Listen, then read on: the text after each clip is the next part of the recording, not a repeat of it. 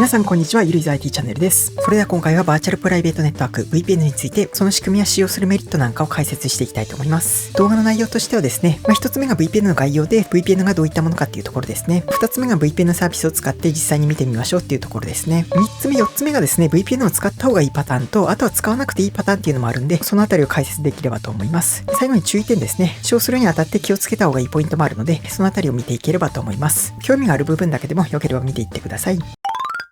まずは VPN の概要についてになりますね。そもそも普段皆さんが使っているパソコンとかスマホとかタブレットの通信って、一部の通信を除いて基本的には何も加工されていない状態なんで、第三者がデータの中身を見ようと思えば見れちゃいますよと。ちょっと面倒ではあるんですけど、やろうと思えばできちゃいますよと。後で詳細を説明するんですけど、ブラウザーで HTTPS を使っていたり、アプリケーション側で暗号化処理がされていれば、データの中身はわからないようになっているんですけど、そこを触れるとちょっとややこしくなるんで、今はその話は置いておきますね。それを踏まえた上で VPN はいくつか知っておくポイントがあって、一つ目が送信元と宛先のデバイス間で仮想的な通信経路を貼る。これはですね、普段皆さんが使っているインターネット回線があると思うんですけど、そこに自分専用の通信経路を作ることで、第三者から通信を隠すことができますよっていうものですね。道路とか鉄道にあるトンネルと同じイメージですね。外からは中が見えないようになっていますよと。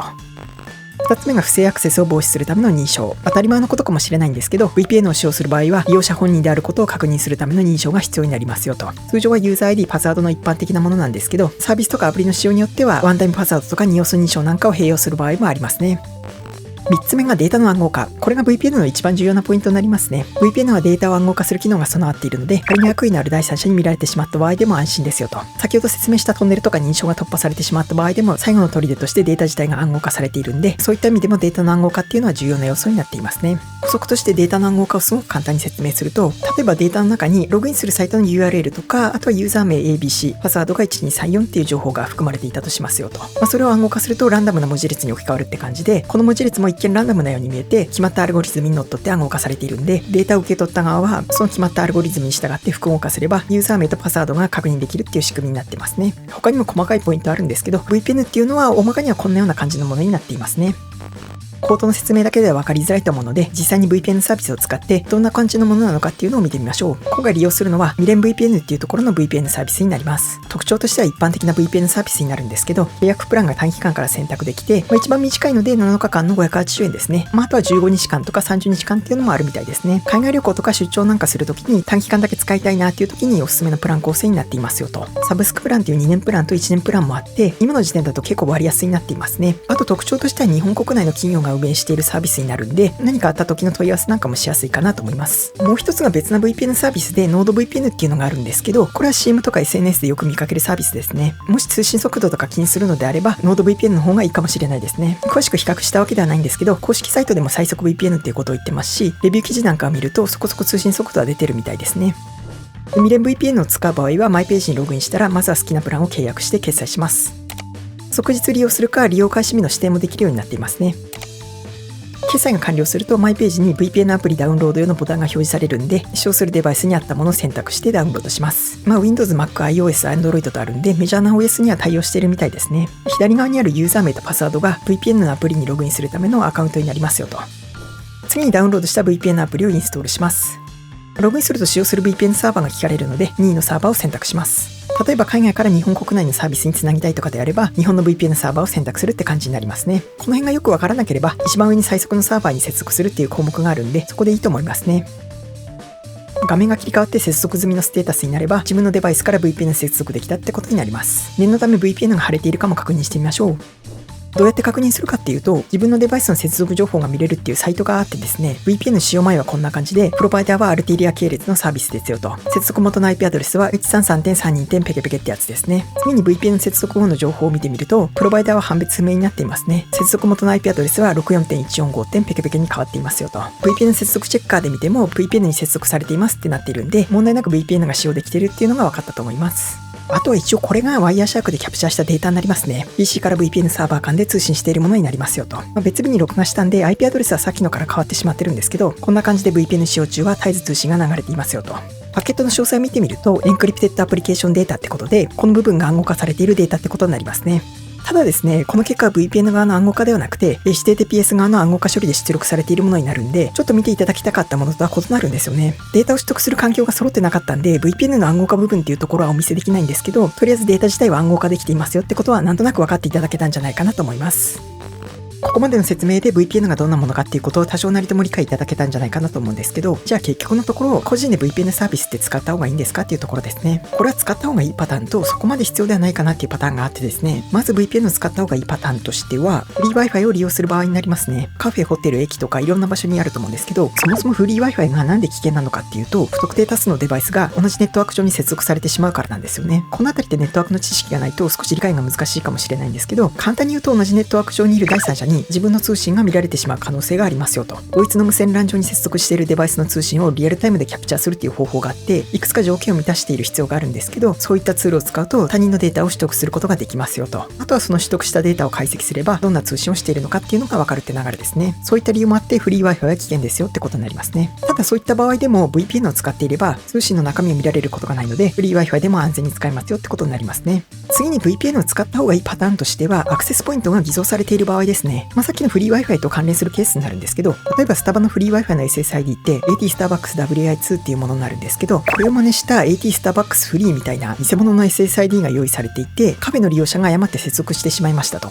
そうするとですね、攻撃者が用意した PC とかルーター経由でインターネットに接続されることになるんで、通信している中身が筒抜けになってしまうんですよね。偽の SSID に接続している時点でセキュリティ的にはあんまりいい状況ではないんですけど、 VPN を使っていれば肝心のデータの中身は暗号化されてるんで大丈夫ですよってことになりますね。次に VPN を使った方がいいパターンとしては、自分のデバイスの IP アドレスを隠したい場合ですね。先ほど VPN の接続確認でも見てもらった通り、通常何もしていなければ今使っているデバイスの IP アドレスが接続元の情報として第三者から見えている状態になるんですけど、 VPN サービスを使えば接続している VPN サーバーの IP アドレスが代わりに使われるんで、実際の IP アドレスは隠せますよと。普段 PC とかスマホを使っていて IP アドレスを隠したい状況ってそこまでないと思うんですけど、ダークウェブにアクセスしたいとか何かよからぬサイトにアクセスしたいって時には VPN を使った方がいいですね。次のパターンとしては、特定の地域のサービスを利用したい場合ですね。これは経験したことがある方もいると思うんですけど、海外旅行に行っていて日本のウェブサイトとかオンラインサービスにつなごうとしたらアクセスできなかったとか、逆に日本から海外のウェブサイトを見ようとしたらアクセスできなかったとか、頻度としては少ないと思うんですけど、たまにそういったこともあると思うんですよね。こういった事象ってサービスを提供している側とか、その時使っているプロバイダー側で接続できる国を制限してたりする影響でアクセスできなくなっていますよと。こういった接続元の制限でアクセスできない時でも VPN サーバー経由でアクセスすれば見れるようになりますよってことですね。大まかですけど VPN を使った方がいいパターンっていうのは以上になります。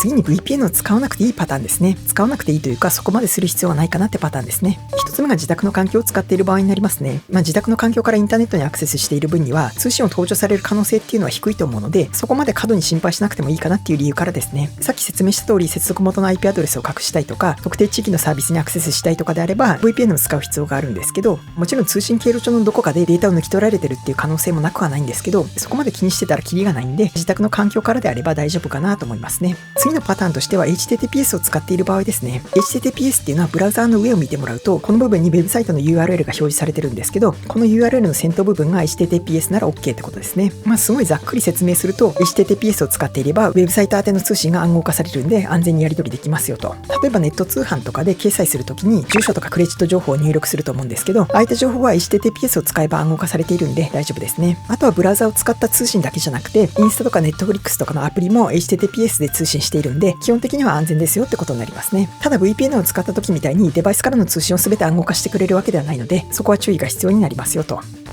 最後に VPN を使用する場合の注意点がいくつかあるので、そちらも説明しておきます。一つ目が通信速度の低下になります。VPN を使用した場合はサービスを提供している側の環境に依存することになるので、 VPN を使用していない場合と比べるとどうしても遅くなってしまう傾向にありますよと。 VPN サーバーを経由することになるんで、その分遅くなってしまうってことですね。 VPN を使った場合と使っていない場合を比較してみたんですけど、結構差がありましたね。回線自体は1ギガの光回線を契約していて、これが通常時で VPN を使っていない場合になるんですけど、普段は下りで 900Mbps ぐらい出ていますよと。次に VPN を使った場合なんですけど、80Mbps ぐらいになっているんで、実質10分の1ぐらいの回線速度しか出ていないって感じですね。よっぽどのことがなければ 80Mbps も出てれば十分だとは思うんですけど、こういった感じで VPN を使った場合は通信速度が遅くなる可能性があるってことは覚えておいた方がいいと思います。2つ目が使用状況に応じて制限がかかる可能性があるってことですね。これはですね、それぞれの VPN サービスにもよるんですけど、あまりにも VPN サーバー側のリソースを食いすぎる使い方をすると利用制限がかかる可能性がありますよと。今回使った未練 VPN の利用ポリシーでは CPU メモリーデータ転送量などのリソースを監視制限するシステムを導入しており、必要に応じてアカウントの使用制限を実施いたしますってことが記載されていますね。データ転送量としては月 3TB が目安になっているみたいなんですけど、ただサーバーのリソースを超えた使い方をしているユーザーは全体の 0.01% 以下らしいので、基本的にそこまで気にする必要はないかなと思いますね。月 3TB って1日あたり約100ギガ使えるってことなんで、業務用途でもない限りはこれだけあれば十分かなと思います。3つ目が VPN サーバーから先の通信は暗号化されていないっていう点ですね。これは何を言ってるのかっていうとですね、今までの説明で VPN を使用すると通信が暗号化されますよって話をしていたと思うんですけど、その暗号化されている範囲って自分のデバイスから VPN サーバーまでの間になるんですよね。デバイスにインストールした VPN クライアントで通信を暗号化して VPN サーバー側で複合化するっていう仕様になるんで、 VPN サーバーから先の通信は暗号化対象外ですよと。それだと VPN って使ってる意味なくないですかって思うかもしれないんですけど、 VPN サーバーから先は先ほど説明した HTTPS の機能で暗号化されているんで、一応宛先のサーバーまではセキュリティとして担保されているってことになりますよと。 HTTPS の通信で VPN を使っていれば二重で暗号化されているみたいなイメージになりますね。ただ HTTPS を使っていない通信やサービス側で暗号化機能が提供されていない通信は VPN サーバーから先の通信は暗号化されていないことになるので注意が必要になりますよと。テレワークとかリモートワークなんかで企業が用意している VPN 環境は VPN サーバーが社内の設備であったりデータセンター内に配置されていると思うので、おそらく大丈夫だと思いますね。 PC から VPN サーバーまでエンドエンドで暗号化されているので、そういった用途の通信は問題ないと思いますね。4つ目は無料の VPN サービスは危険な可能性があるってことですね。 VPN サービスって有料のものと無料のものがあるんですけど、無料の VPN サービスを使う場合はちょっと気をつけた方がいいかもしれないですよと。例えば有料の VPN サービスってノーログポリシーって言われている機密上の観点からユーザーの通信履歴は保存しませんよっていう利用規約を明記してたりするんですけど、要するに通信しているデータの中身はサービス側では感知しませんよってことを言いたいわけですね。これが無料の VPN サービスだった場合は、そういったサービス上の規約が明記されていなかったり、なんなら VPN サーバーに来た通信を複合化して抜き取っているとかっていう可能性もありますよと。他には VPN サーバー自体のセキュリティ対策が弱くてマルウェアに感染しているとか、運営元が海外のよくわからない企業とか、やっぱり無料で提供しているってことは何かしらの理由がある可能性があるんで、ちょっと危険ですよと。もちろん全ての VPN サービスが危険ってわけではないんですけど、可能であれば有料のサービスを使った方が安全かなと思いますね。